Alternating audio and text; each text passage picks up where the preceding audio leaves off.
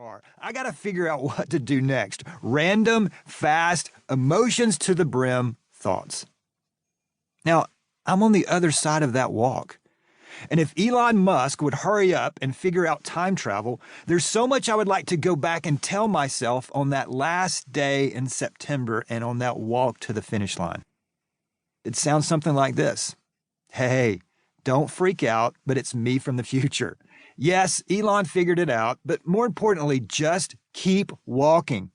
It's going to be hard, but it's going to be worth it. And let's be honest, you don't really know what's next, but just keep walking.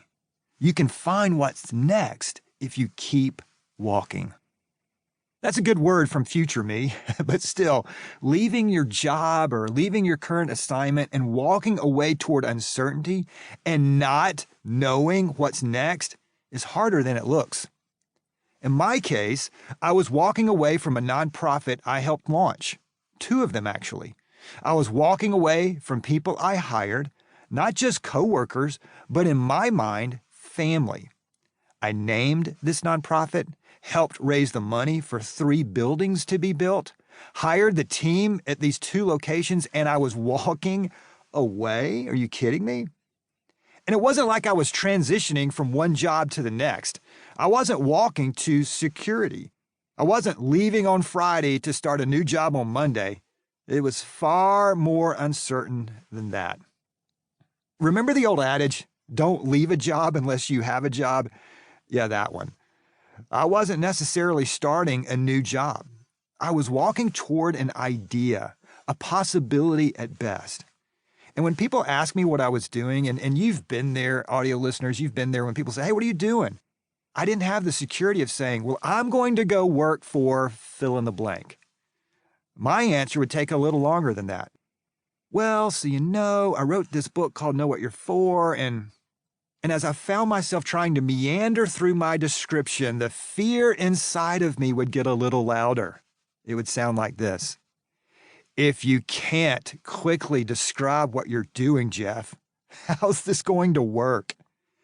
And for good measure, the fear would add, by the way, just so you know, no one makes a career change like this in their mid-50s.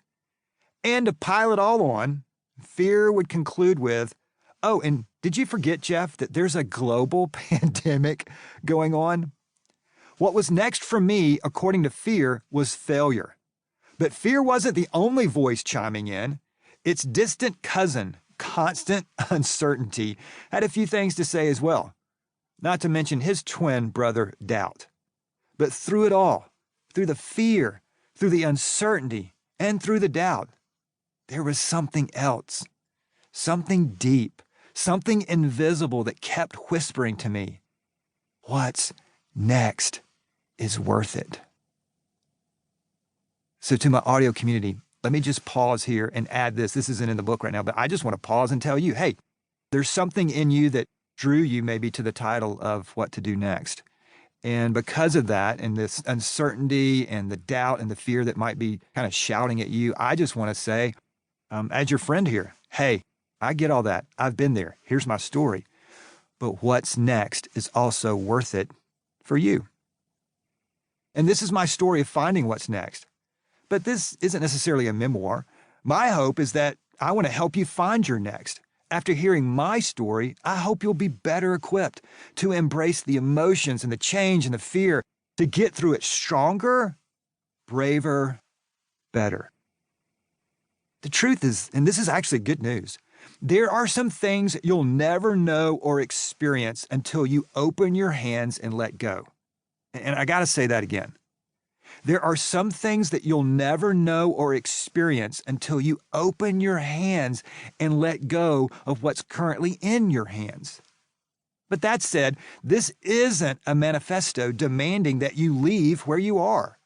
It's more of an invitation to join a group of people, join a growing community who have felt a mixture of restlessness and hope. We're restless because we feel there's more inside of us that has yet to be released. We're hopeful because we're holding on to the thought that our best days are actually ahead.